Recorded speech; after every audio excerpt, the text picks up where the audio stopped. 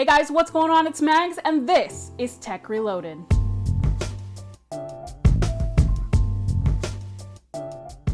So unless you've been living under a rock, Nintendo has unveiled its brand new console, the Nintendo Switch, which is set to debut March 3rd, 2017. Now I can say from experience, most pre-orders have already been claimed, so if you haven't picked yours up, you might have to wait, but maybe that's a good thing. While we have time now, let's go over a couple of things you might want to learn about the Nintendo Switch before you buy. So the Nintendo Switch has 3 different modes. The first mode is the docked mode. You're going to have a docking station that you can go ahead and slide the screen of the Nintendo Switch into. You can unlock the Joy-Con controllers, go ahead and hook it up to your own controller, and you'll be able to play plugged directly into a TV via HDMI.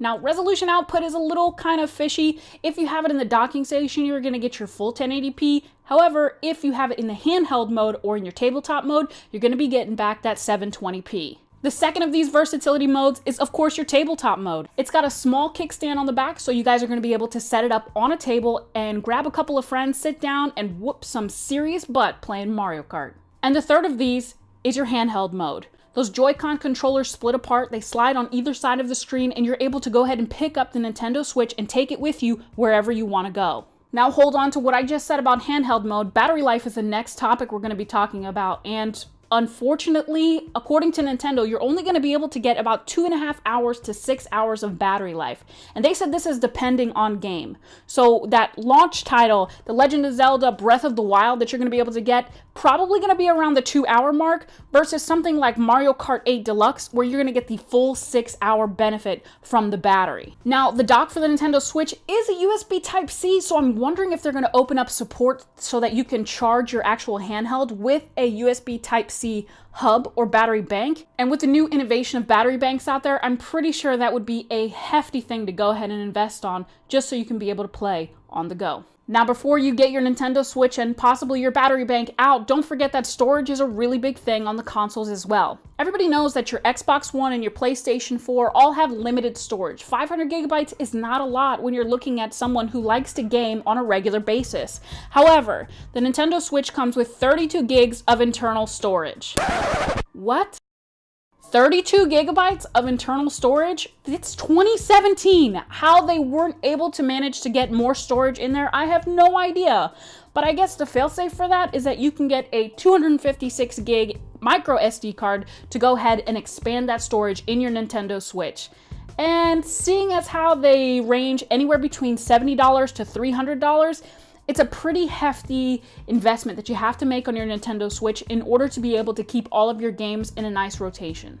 But don't worry, the memory card isn't the only thing you're probably going to have to splurge on. Accessories are the biggest things, and that's what Nintendo pushes towards their console, being able to play with others. But unfortunately, that also comes with a pretty steep price. Somewhere in the ballpark of like a kidney or a liver. Or both. Before you go sawing off your arm or your leg or your friend's arm or your friend's leg, they don't need it. They don't. Let's keep in mind that some of these accessories are a bit on the pricey side. A new Switch controller can run you about $70. The Joy-Cons, if you want just one, a left or a right Joy-Con, it's going to cost you about $50, but if you want the whole pair, it's going to cost you upwards of $80. The Joy-Con charging grip, the one that they showed in their debut, keep in mind that there is a Joy-Con grip that comes with your Nintendo Switch. However, it is not the Joy-Con charging grip. That particular grip, that little sliver of plastic, gonna set you back about another $30. So let's say only one of you has a Nintendo Switch, but you want to go back and forth between your house and your friend's house. Good news, you can buy a whole new docking station for a whopping $90. Now, with all those really pricey accessories, don't worry, Nintendo saw where this might be an issue, so they've offered to sell their Mario Kart steering wheels for only $15. All in all, the Nintendo Switch is shaping up to be a pretty darn good system, minus the storage concerns and the battery life and the fact that all the accessories probably cost you as much as you make in a year. Pre-orders for them have been flying off the shelves. GameStop, Best Buy, and Amazon have all sold out their initial allotments, and there's still some more numbers coming in, so you're able to kind of get a couple of them here and there, but as of right now, we've reached capacity. If it opens up, I'll leave an Amazon link in the description below so you guys can go ahead and pre-order yours. There are 2 different SKUs that come for the Nintendo Switch. It's going to be the one with the gray Joy-Con controllers, and the second one's going to come with the neon Joy-Con, which is one red and one blue.